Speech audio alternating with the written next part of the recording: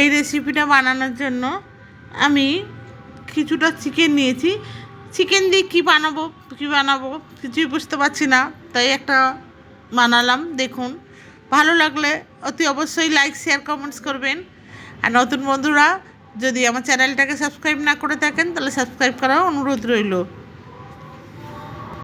আমি এখানে 4 টুকরো বড় বড় চিকেন নিয়েছি, আপনারা এর থেকে বেশি নিতে পারেন। আমি 2টো নিয়েছি। দিয়ে চিকেনটাকে এইভাবে আমি কেটে নিয়েছি। আমি 2টো লেগ পিস নিয়েছি আর 2টো মানে এমনি পিস নিয়েছি। দিয়ে ভালো করে আমি কেটে নিলাম লেগ পিসটাকে।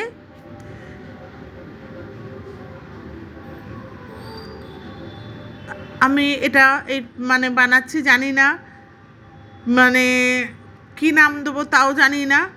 যাই হোক, যদি ভালো লেগে থাকে তাহলে আমি লাইক, শেয়ার, কমেন্টস করার অনুরোধ করছি। আমি এখানে পেঁয়াজ বাটা দিয়ে দিলাম। পেঁয়াজ আর কাঁচা লঙ্কা আমি একসাথে বেটে রেখেছি, সেটা দিয়ে দিলাম। আর দিয়ে দিচ্ছি আদা বাটা, হাফ চামচের মতো আদা বাটা দিলাম। আর দিয়ে দিচ্ছি রসুন বাটা,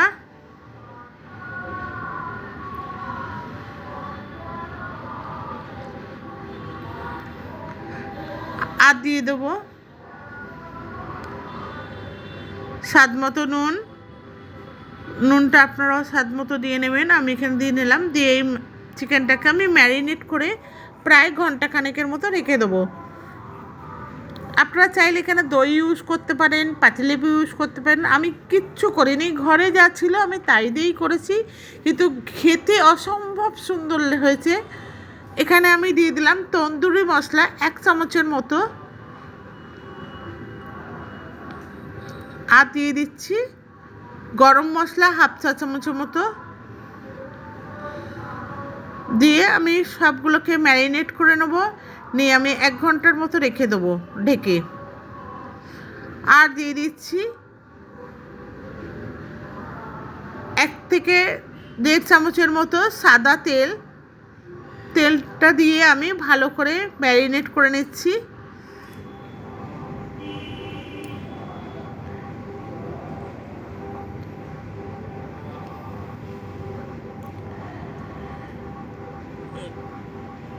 দিয়ে ভালো করে আমি ম্যারিনেট করে নিচ্ছি। দেখুন মশলাগুলো সবকটা দিয়ে। এবার একটা ঢাকনা দিয়ে আমি এটাকে ঢেকে 1 ঘন্টার মতো রেখে দেবো, যাতে সমস্ত মশলাগুলো চিকেনের মধ্যে চলে যায়। এবার আমি ওভেনে একটা কড়াই বসিয়ে দিয়েছি। দিয়ে ওভেনটাকে অন করে দিয়েছি। এখানে আমি 1 চামচের মতো তেল দিলাম আর হাফ চামচের মতো বাটার দিয়ে দিচ্ছি। তেল আর বাটার একসাথে গরম হতে দিয়েছি।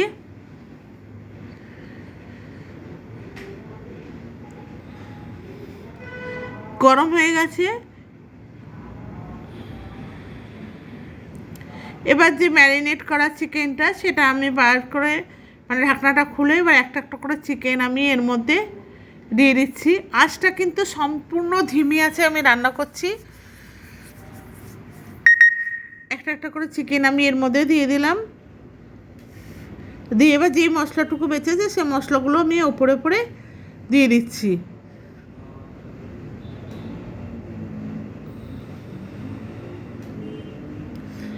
এবার একটা ঢাকনা দিয়ে আমি এখানে মিনিট 5 মতো রান্না করব। মিনিট 5 পর আমি একটু ঢাকনাটা খুলে দেখছি। দেখুন একটা সাইড হয়ে গেছে, চিকেনের কালারটাও চেঞ্জ হয়ে গেছে। এবার আমি চিকেনটা অপর পাটটা যাতে হয় সেইভাবে আমি ঘুরিয়ে দিচ্ছি। দেখুন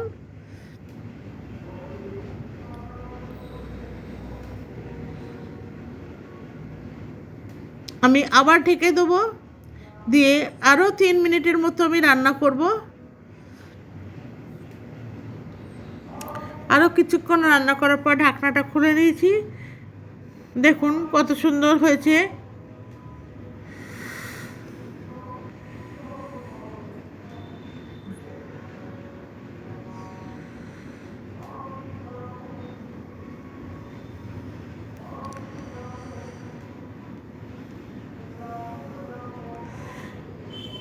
আমি আবার কিছুক্ষণ ঢেকে দিচ্ছি। আবার কিছুক্ষণ পর ঘুরে এসেছি, এসে দেখুন এবারে আমার এই রেসিপিটা সম্পূর্ণভাবে হয়ে গেছে। আমি এবার পরিবেশনের জন্য একটা পাত্রে তুলে নিচ্ছি।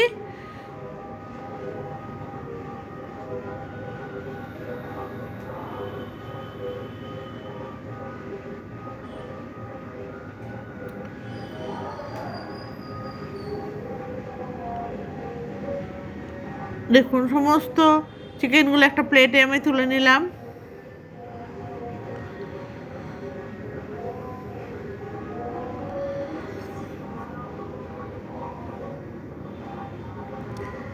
আমার এই রেসিপিটা এখানে হয়ে গেছে। এবার এটা স্যালাডের সাথে পরিবেশন করতে পারেন বা এমনিও খেতে পারেন সস দিয়ে, বা ভাতের সাথেও খাওয়া যায়, কোনো অসুবিধাই হবে না।